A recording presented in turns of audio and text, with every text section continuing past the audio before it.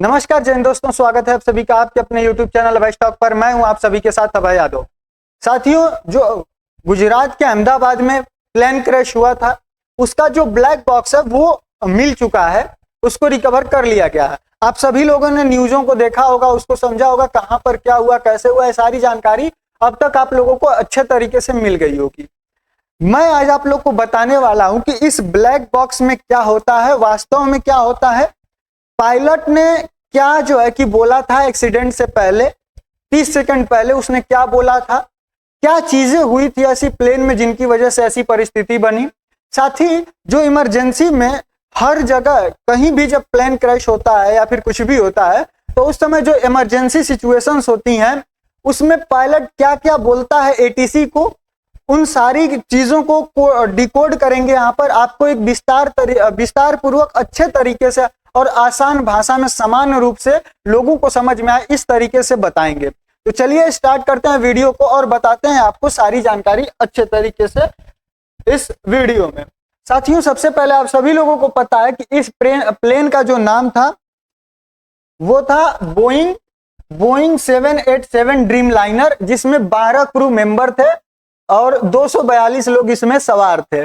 साथियों, इसमें जो गुजरात के पूर्व मुख्यमंत्री हैं विजय रूपाणी जी, यह भी उसमें सवार थे। और इसी के साथ यहाँ पर जो विजुअल्स आए एक्सीडेंट के बाद वो कुछ इस तरीके के थे, जिनको मैं सारी चीजें तो आपको यहाँ पर नहीं दिखा सकता हूँ क्योंकि देखकर रूह कांप जा रही है। ऐसा हादसा हुआ है कि सोचिए, आग लगने के बाद लोगों में मतलब थोड़ा सा अगर हाथ जल जाता है हमारा तो कितना दर्द होता है, और वहां पर कैसी सिचुएशन रही होगी, किस तरीके का जो है कि माहौल बना होगा और क्या क्या हुआ होगा। वहां पर एक जो व्यक्ति है जिसका सीट नंबर 11A बताया जा रहा था, वो वहां पर बचा, जो कि भारतीय मूल का ही है। इनका नाम जो ये लेकिन भारतीय मूल के, लेकिन ये ब्रिटिश के अभी नागरिक हैं, जो कि रमेश विश्वास इनका नाम है। तो ये उसमें बचने वाले एकमात्र ऐसे व्यक्ति थे जिनका सीट नंबर ये था, यानी कि 11A यहाँ पर, जो कि एग्जिट डोर के पास ही होता है, तो इसलिए यहाँ पर बचने में थोड़ा सा सफल रहा। जिसके बाद साथियों, एयर इंडिया ने ट्वीट किया कि अपने सारे पैसेंजर्स की जानकारी दी कि इतने पैसेंजर्स थे, इतने उसमें ब्रिटिश कौन कौन कहाँ से था, ये सारी चीजें जो है कि इसमें इन्होंने बताया। और साथ ही कुछ मुआवजे का इन्होंने जो है कि ऐलान किया। अपनी जो इन्होंने डीपी थी उसको पूरा जो है कि ब्लैक कर दिया था यहाँ पर इसके शोक में। लेकिन साथियों, चलिए वीडियो को आगे बढ़ाने से पहले बस आपसे एक छोटी सी गुजारिश करना चाहेंगे। यहाँ पर आप देख रहे हैं 91.7%, ये क्या है, नॉट सब्सक्राइब। यानी कि जो लोग आप लोगों में से आते हैं उनमें से इतने लोग मेरे ऐसे दोस्त हैं कि जो लोग बिना सब्सक्राइब किए सिर्फ वीडियो देखकर चले जाते हैं। साथियों, ये नंबर बहुत ज्यादा है, 50% भी होता तो समझ में आता। इतने लोग आप लोग वीडियो देखकर चले जाते हैं। इस वीडियो को बनाने में बहुत सारा जो है कि मेहनत लगता है, तो प्लीज चैनल को सब्सक्राइब कर लिया करिए, ताकि इससे हमें और ढेर सारा जो है कि मोटिवेशन मिले। क्योंकि आपको पता है कि अभी हमारा चैनल मोनेटाइज नहीं है, तो इससे कोई अभी आर्थिक लाभ नहीं हो रहा है। चलिए स्टार्ट करते हैं, अभी आपको समझाते हैं। ये यहाँ पर आप देखिए, ये जो एयरपोर्ट का पट्टी है, यानी कि जो एयरपोर्ट की जो लाइन है जहां पे से टेक ऑफ और लैंडिंग होता है, वहां से मात्र इतनी दूरी पर ही, सिर्फ इतनी दूरी पर ही 625 फुट का मतलब हाइट थी उसकी, और स्पीड था 174 नॉटिकल माइल्स। इस तरीके का सिर्फ ये जो है कि अभी स्टार्टिंग फेज था, यानी कि अभी वो सिर्फ टेक ऑफ ही किया था अच्छे तरीके से कि ये घटना यहाँ पर हो जाती है। साथियों, घटना होने के जस्ट पहले जो पायलट है वो बहुत ही अनुभवी पायलट थे, उनके बारे में जानकारी मैं लेके आया होऊंगा, अगर होगा तो मैं आगे आपको बताऊंगा। उनको 8200 घंटे का फ्लाइट उड़ाने का जो कैप्टन थे उनको अनुभव था। और ये अब कैप्टन ही नहीं, ये ट्रेनर भी थे, यानी कि लोगों को ये जो और इनके अंडर में पायलट सीखते थे ये सिखाने वाले व्यक्ति थे। तो यानी कि इनसे चूक होने की संभावना तो बहुत कम मानी जा रही है। और जो इनके सह पायलट थे उनका भी करीब 1100 घंटे का फ्लाइट उड़ाने का एक्सपीरियंस था, यानी कि पायलट्स के पास अच्छा खासा एक्सपीरियंस यहाँ पर था। साथियों, आपको बता दें कि इस ट्रेजेडी में होने से पहले इन्होंने मेडे कॉल किया था, एटीसी को मेडे कॉल किया था। तो चलिए अब हम आपको बताते हैं कि मेडे कॉल क्या होता है। देखिए, एटीसी यानी कि एयर ट्रैफिक कंट्रोलर, ये एक पोल होता है, यानी कि जमीन पर एक टावर होता है जहां पर ये लोग बैठते हैं और जितनी भी फ्लाइट्स आ रही हैं जा रही हैं उनके बारे में जानकारी लोगों को देते हैं और प्लेन्स को मतलब कि देते हैं कि हाँ आप यहाँ पर लैंड करिए, अब आप यहाँ से जो है कि टेक ऑफ करिए, इस तरीके की कौन सा रनवे खाली है क्या है ये सारी जानकारी देते हैं। साथियों इन्होंने मेडे कॉल किया था। ऐसी परिस्थिति में जब भी इमरजेंसी होती है तो दो तरीके की जो है कि यहाँ पर कंडीशन बनती है, एक बनता है कि इमरजेंसी है एकदम और एक होता है अर्जेंसी। तो जब इमरजेंसी होती है उस समय मेडे कॉल दिया जाता है, यानी कि जो यहाँ पर पायलट ने दिया था वही कॉल मेडे कॉल दिया जाता है। इसका अर्थ होता है कि या तो इंजन फेलियर है या फिर फायर हो गया है ऑन बोर्ड पे, स्ट्रक्चरल डैमेज हो गया या फिर क्रिटिकल इमरजेंसी सिचुएशन है या फिर वो अपना कंट्रोल खो चुके हैं। यानी कि ऐसी परिस्थिति जिसमें अब पायलट के पास कोई और ऑप्शन नहीं है और सब कुछ छोड़कर अब उस प्लेन पर ही नजर बनाइए, ये बहुत ही ज्यादा इमरजेंसी में है, इसका मतलब होता है मेडे कॉल। यानी कि मेडे कॉल करने का अर्थ यही होता है। वहीं एक दूसरी कंडीशन होती है जिसको कि अर्जेंसी कहा जाता है, जिसमें पायलट 3 बार पैन पैन पैन करके बोलता है अपने एटीसी को। इसका मतलब होता है कि मतलब कोई एक इंजन खराब हो गया है या फिर जो फ्यूल है वो कम हो चुका है, इंस्ट्रूमेंट कुछ फेलियर्स हुए हैं। लेकिन ये जितनी कंडीशंस हैं इसमें ये होता है कि हमें जरूरत तो है लैंड करने की लेकिन अभी इमरजेंसी की सिचुएशन नहीं है, इसको जो है कि अंडर कंट्रोल है ये, यानी कि पायलट के अंडर कंट्रोल में है। लेकिन जब मेडे कॉल दिया जाता है तो मेडे कॉल का अर्थ होता है कि अब ये अंडर कंट्रोल नहीं है, ये आउट ऑफ कंट्रोल चीज हो चुकी है। तो 30 सेकेंड पहले, ये 30 सेकेंड पहले ऐसा बताया जा रहा है कि जो पायलट थे उन्होंने मेडे कॉल दिया था। साथियों अगर पायलट मेडे कॉल ना दे या मान लीजिए कि जैसे इमरजेंसी के समय में अभी ये तो 625 फुट के ही ऊंचाई पर थे, बहुत ज्यादा ऊपर नहीं थे, और अगर ये शायद बहुत ज्यादा ऊंचाई पर पहुंच गए होते अपने तो वहां से नीचे आते टाइम ये शायद ऐसा हादसा ना हुआ होता, क्योंकि पायलट के पास बहुत सारा अनुभव था, कहीं ना कहीं कुछ ना कुछ करके इतनी जाने तो नहीं गई होती। लेकिन ये अभी जो है कि टेक ऑफ के समय में ही हो गया। साथियों एक और कंडीशन होती है कि अगर पायलट का कनेक्शन ही नहीं हो पाया एटीसी से, मतलब पायलट एटीसी से बात ही नहीं कर पा रहा है रेडियो के थ्रू, तो क्या करेगा?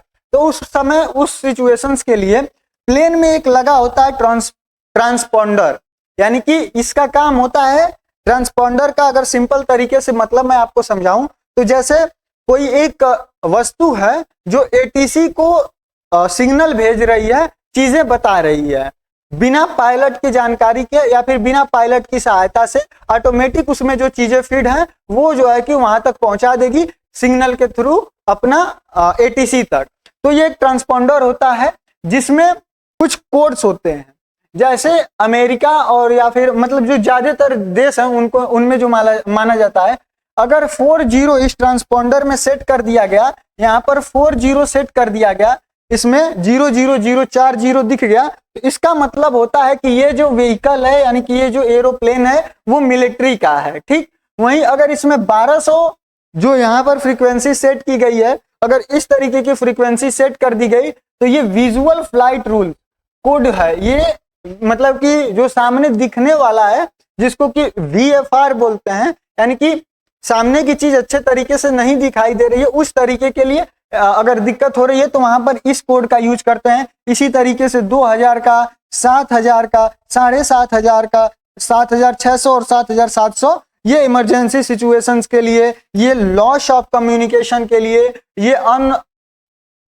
अनलॉफुल इंटरफेरेंस के लिए, इस तरीके से करके ये चीजें जो है कि इसमें कोड करके एटीसी तक पहुंचाई जाती है, जिस समय पायलट और इसके बीच एटीसी के बीच संपर्क स्थापित नहीं हो पाता है तो इसी ट्रांसपोंडर की मदद से इसको एटीसी तक पहुंचाया जाता है। साथियों अब दूसरा जो मेन पॉइंट आता है कि यहां पर जो ब्लैक बॉक्स जो रिकवर हुआ है ये क्या है, ब्लैक बॉक्स है क्या, और आखिर सबसे जो मेन सवाल है कि इतना हादसा होता है, सारी चीजें तहस नहस हो जाती है, आखिर ये ब्लैक बॉक्स बच कैसे जाता है, तो ये मैं आपको बताने वाला हूं। देखिए ब्लैक बॉक्स वास्तव में ये नारंगी कलर का होता है, ये नारंगी कलर का होता है, इसका नाम भले जो है कि ब्लैक बॉक्स है लेकिन ये होता नारंगी कलर का है, इसलिए कि नारंगी कलर जो है कि विजुअल ज्यादा मतलब कि ऐसी जगहों पर दिखाई जल्दी दे जाते हैं, तो इसके लिए इसमें ब्लैक बॉक्स सिर्फ एक चीज नहीं होता, ये दो चीजों का मिला हुआ चीज होता है, बॉक्स होता है, जिसमें आप यहाँ पर देखिए एक होता है फ्लाइट डाटा रिकॉर्डर, दूसरा होता है कॉकपिट वॉइस रिकॉर्डर। एक में जो है वो फ्लाइट की टेक्निकल चीजें, प्लेन कितने एल्टीट्यूड पे है, कितनी स्पीड से फ्लाई कर रहा है, ये सारी चीजें इसमें रिकॉर्ड होती हैं। और जो दूसरा होता है कॉकपिट वॉइस रिकॉर्डर, पायलट जो कैप्टन है वो अपने जो कप्तान है उसको क्या बोल रहा है, उन दोनों के बीच क्या बातें हो रही है, एटीसी और जो कैप्टन है उसके बीच क्या बात हो रही है, ये इन चीजों को रिकॉर्ड करने का काम इसका होता है। एक्सीडेंट के बाद क्या होता है कि मैच कराकर देखा जाता है कि जो ये है यानी कि फ्लाइट डाटा रिकॉर्डर का डाटा है और जो वॉइस है वॉइस रिकॉर्डर, इन दोनों को मैच करा जाता है इनकी चीजों को, ताकि पता चल सके कि जो प्लेन में क्या दिक्कत थी और जो कैप्टन है वो क्या कर रहा था उस समय, वो दोनों जो पायलट्स हैं वो आपस में क्या बात कर रहे थे। इन सारी चीजों का पता करके किसकी गलती है इसको फाइंड आउट किया जाता है। साथियों आपको बता दें कि इसको कैसे चेक करते हैं, इसकी मजबूती, ये क्यों जो है कि खराब नहीं होता है या फिर ये मिल जाता है किसी भी परिस्थिति में। तो देखिए इसमें 750 किलोमीटर प्रति घंटे की रफ्तार से कंक्रीट की दीवार पर फेंकते हैं ताकि भीषण टक्कर के बाद भी जो है कि ये कायम रहे। इसकी जो टेस्टिंग होती है वो इस तरीके से होती है। फिर इसको 5 मिनट तक 2.25 टन का वजन इन पर रखते हैं ताकि दबने का भी इनसे जो है कि इन पर कोई असर ना हो, ये इस तरीके का इसको बनाया जाता है।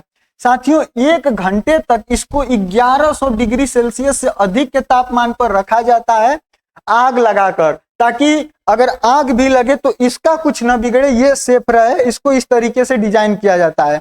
साथियों 6000 मीटर की गहराई में पानी के दबाव का सामना करने तक भी, मतलब प्लेन अगर क्रैश हो गया समंदर के ऊपर तो इसको ऐसा बनाया जाता है कि ये पानी में 6000 फीट नीचे तक भी चला जाता है, मीटर नीचे तक भी चला जाता है, तो इस पर पानी का कोई प्रेशर का असर ना हो और ये खराब ना हो।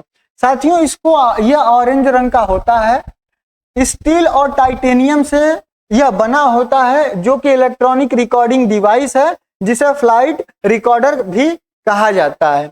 साथियों यह 2 तरह के होते हैं, मैं आपको जो अभी बताया, एक जो है कि FDR यानी कि फ्लाइट डेटा रिकॉर्डर, दूसरा होता है CBR यानी कि जो कॉकपिट में बात कर रहे हैं कैप्टन, पायलट, ATC, इन लोगों की बात को रिकॉर्ड करने वाला। साथियों ब्लैक बॉक्स हवा की स्पीड, ऊंचाई, हेलीकॉप्टर की स्पीड और फ्यूल फ्लो जैसी करीब 80 टेक्निकल डिटेल हर 1 सेकंड में रिकॉर्ड करता है।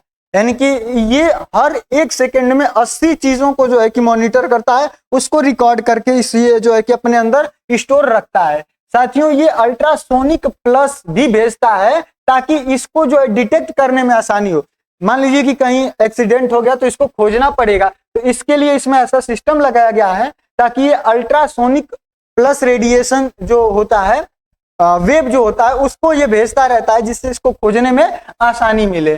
साथियों मैं अभी आपको बताया कि इसको चेक कैसे किया जाता है, इसको जो है कि कितने टाइम तक रखा जाता है, किस किस इसको परिस्थिति से गुजारा जाता है, तब जाकर ये इस तरीके का बन पाता है।